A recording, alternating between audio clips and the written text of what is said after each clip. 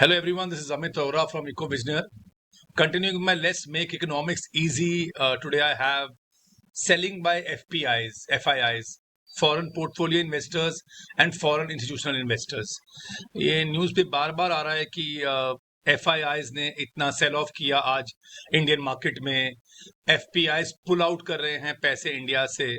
तो आज हम जानेंगे what is the impact of this on Indian economy and why are they selling it off, why are they selling their shares in Indian market. You all know that FPI foreign portfolio investment जब India में होती है it is in the share market. तो जो financial market में investment होती है from abroad, that is FPI. उसके under we have foreign institutional investor जो एक special types of mutual funds में इन्वेस्ट करते हैं. So they have been selling. तो इंडिया में पिछले 7 महीने से नेट सेलर्स हैं FIIs. Late us see few news articles जो बता रही हैं हमें कि FPIs और FIIs पुल आउट कर रहे हैं. So now on the slide you have foreign investors pulled 10,000 crores from the Indian market in 4 days. ये स्टार्ट हुआ था ट्रंप के आने से.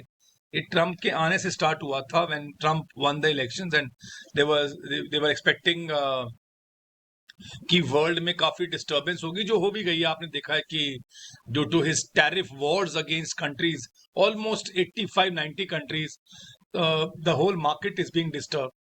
तो इंडियन मार्केट को भी अफेक्ट हुआ है.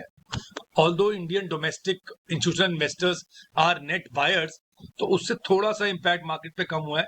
और अभी रिसेंटली अप्रैल एंड में ये मार्केट दोबारा ऊपर आ रही है. But we should know what happened.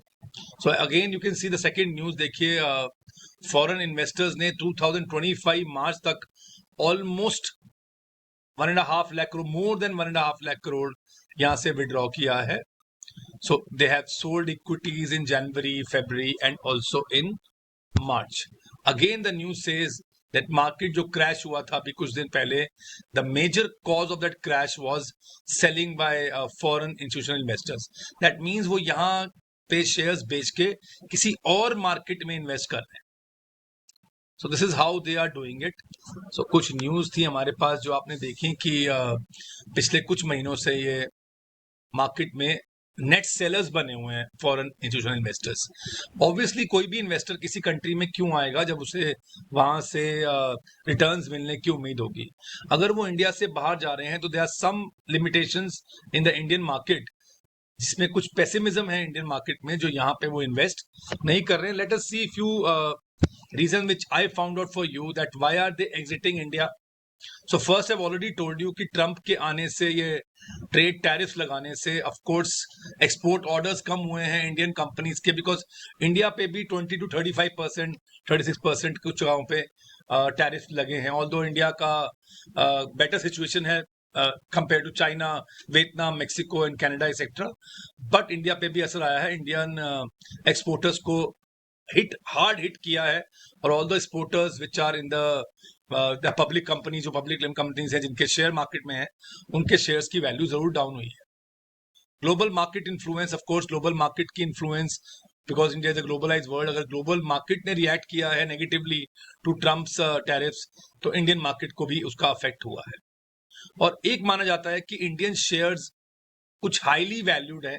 जो इंडियन स्टॉक मार्केट में कुछ शेयर्स हैं जिनकी वैल्यू उतनी नहीं होनी चाहिए, जो उनकी दे आर ओवर वैल्यूड, तो correction is required. So nobody showing interest in those shares, so they are actually withdrawing. और एक टेक्निकल चीज बताई थी उसमें, upcoming IPO lock in expiry. So जैसे IPO आता है तो कुछ पीरियड तक आप वो शेयर्स मार्केट में सेल FIIs नहीं कर सकते हैं. पर जैसे ही वो लॉक इन पीरियड, काफी IPOs का लॉक इन पीरियड एक्सपायर हुआ और these FPIs they sold these stocks and they earned and they went out. और कहा यह भी जाता है कि कुछ चाइना में काफी इन्वेस्टर्स ने चाइना का रुख लिया. they have seen that China is a better market.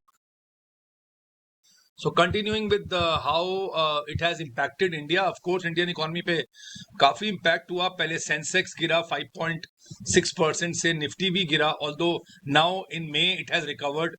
Meanwhile broader market में बात करें तो मिड कैप और स्मॉल कैप्स को बहुत अफेक्ट किया है.